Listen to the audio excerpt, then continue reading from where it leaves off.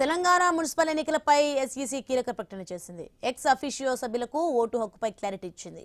రాజ్యసభ సభ్యులు ఎమ్మెల్సీకు స్థానిక ఓటు హక్కు తప్పనిసరని స్పష్టం చేసింది. మున్సిపల్ పరిధిలో ఓటరుగా నమోదు కాకపోతే ఎక్స్ అఫీషియో సభ్యులుగా అనర్హులని తెలిపింది.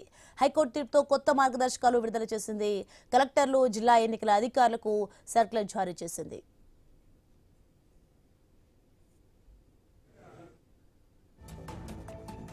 Mayor, deputy mayor, chairman, vice chairman ఎన్నికలపై ఎస్ఈసీ క్లారిటీ ఇచ్చింది. తెలంగాణ మున్సిపల్ యాక్ట్ 2019 ప్రకారం ప్రత్యేక సమావేశానికి ఫామ్ 2 నోటీస్ తప్పనిసరిని స్పష్టం చేసింది. సమావేశానికి ఒకరోజు ముందుగానే సభ్యులకు నోటీస్ అందించాలని ఆదేశించింది. ఇక ఈ నెల 16న మధ్యాహ్నం 12:30 గంటలకు ప్రత్యేక సమావేశం నిర్వహించనున్నారు. రేపు మధ్యాహ్నం 12:30 లోపు ఫామ్ 2 నోటీస్ జారీ చేయాలని ఎస్ఈసీ సూచించింది. రైట్, ఇదే అంశానికి సంబంధించి మరింత సమాచారం మా ప్రతినిధి ఏవై స్వామి ఫోన్లో అందిస్తారు. స్వామి, తెలంగాణ మున్సిపల్ ఎన్నికలపై అయితే సీసీ కీలక ప్రకటన చేసింది. ఏంటి దీనికి సంబంధించిన డీటెయిల్స్ ఏంటి?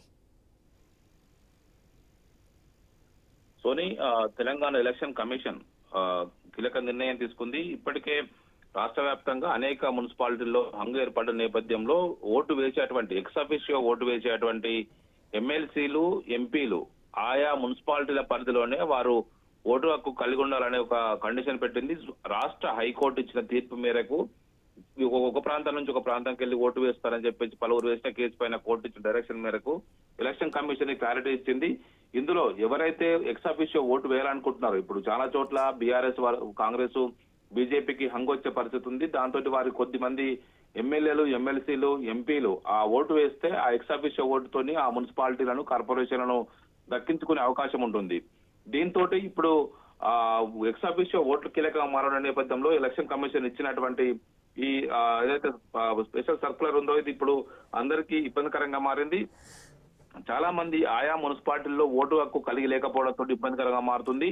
మరోవైపు దానికి తోడు ఈ నెల 16వ తేదీన మధ్యాహ్నం కౌన్సిల్ సమావేశాలు ఉంటాయి కాబట్టి 24 గంటల ముందుగానే ఫారం 2 ప్రతి గెలుపొందినటువంటి అభ్యర్థికి అందజేసి వారికి రేపు మధ్యాహ్నం ఎలక్షన్ సంబంధించి mayor, deputy mayor, chairman, vice chairman election ఉంటుంది కాబట్టి వారందరికీ కూడా నోటీసులు, సర్కులర్ ఇవ్వాలని చెప్పేసి కూడా ముందుగానే ఆదేశాలు ఇచ్చింది. జిల్లా కలెక్టర్ ద్వారా అధికారం పొందినటువంటి ఆ అధికారి నుంచి ఈ సర్కులర్ వెళ్లాలని చెప్పి సూచించింది. మొత్తానికైతే ఇప్పుడు ఎక్స్ అఫీషియో ఓట్లు అనేది కూడా ఇప్పుడు అంత కీలకంగా మారిన దశలో ఎలక్షన్ కమిషన్ ఇచ్చినటువంటి ఈ ప్రత్యేకమైనటువంటి ఆదేశాలు ఇప్పుడు అన్ని పార్టీలకు ఇబ్బందికరంగా మారాయి. Soni, right, thanks for the information Swamy.